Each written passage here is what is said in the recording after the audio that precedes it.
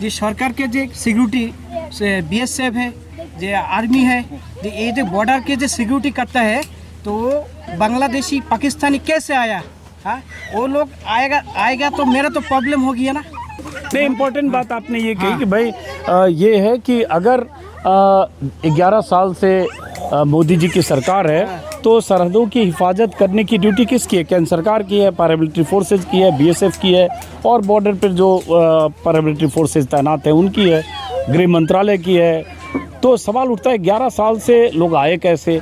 अचानक ही आप शुरू कर रहे हैं। दिल्ली तो पास में नहीं है ना, दिल्ली बहुत दूर है और अचानक शुरू कर रहे हैं और ऐसे रैंडम टारगेट कर रहे हैं। सर यहाँ से बांग्लादेश कितना दूर है आप भी सोच सकते हो। तो वहाँ से यहाँ पे बंदा आए कैसे? बॉर्डर में होगा फिर पैसा खा के कुछ भेजा होगा, इधर उधर करते होंगे बॉर्डर में सुरक्षित से नहीं होगा। फिर उनके चक्कर में हम परेशान हो रहे हैं। हम क्यों परेशान हो? अगर कोई बांग्लादेशी घुसा है तो आपको पहले कार्रवाई चाहिए ना।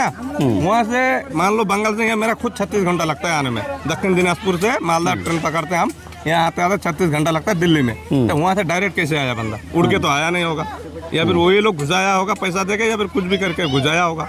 आप परेशान कर रहे हैं हम लोगों को। आपको कोई कैम्प बनाओ, उसमें वेरीफाई करो। वेरीफाई करने के बाद अगर हम बांग्लादेशी है तो हमारा जो सजा है आप अब करो, हमें कोई दिक्कत नहीं, हम नहीं जाएंगे। अगर हरियाणा सरकार बोला भाई कैम्प है आप जाओ, खुद वेरिफिकेशन करेंगे, हम नहीं जाएंगे छोड़ के। अब बताओ मैं 1 महीना हुआ गांव से आया हूँ, अब मेरे को फिर जाना है, मेरे पास किराए का भी पैसा नहीं, आप घर से मंगाना पड़ रहा है।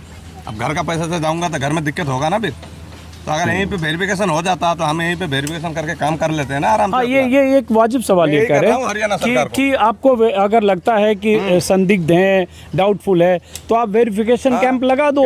और जितनी जैसे 200 झुग्गियों की बस्तियां हैं और वेरिफिकेशन के लिए कैंप लगाओ, और उसके बाद बोलो कि हर झुग्गी में जो लोग रह रहा है उसको वेरीफाई करेंगे, उनके डॉक्यूमेंट लेंगे, और 4 दिन में अगर वहाँ पश्चिम बंगाल से वेरीफाई करना है वो करेंगे। तो एक SOP होना चाहिए, एक सिस्टम होना चाहिए, उस सिस्टम से वेरीफाई कीजिए। लेकिन ये आतंक का माहौल, डर का माहौल, दहशत का माहौल, और तब जब ये खुद हिंदुस्तानी हैं, बहुत सारे लोग की तकलीफ यही है कि उन्हें उनके पास सारे डॉक्यूमेंट बाप दादा के भी हैं, लैंड रिकॉर्ड्स हैं बाप दादा के, और उसके बाद फिर उन्हें इस तरह से ट्रीट किया जा रहा है जैसे वो संदिग्ध हों, और कहीं भी किसी को रैंडमली पिक कर लिया जा रहा है, उठा लिया जा रहा है, मारपीट हो रही है। और यही सवाल इनके जहन में, ये बहुत बड़ा सवाल है।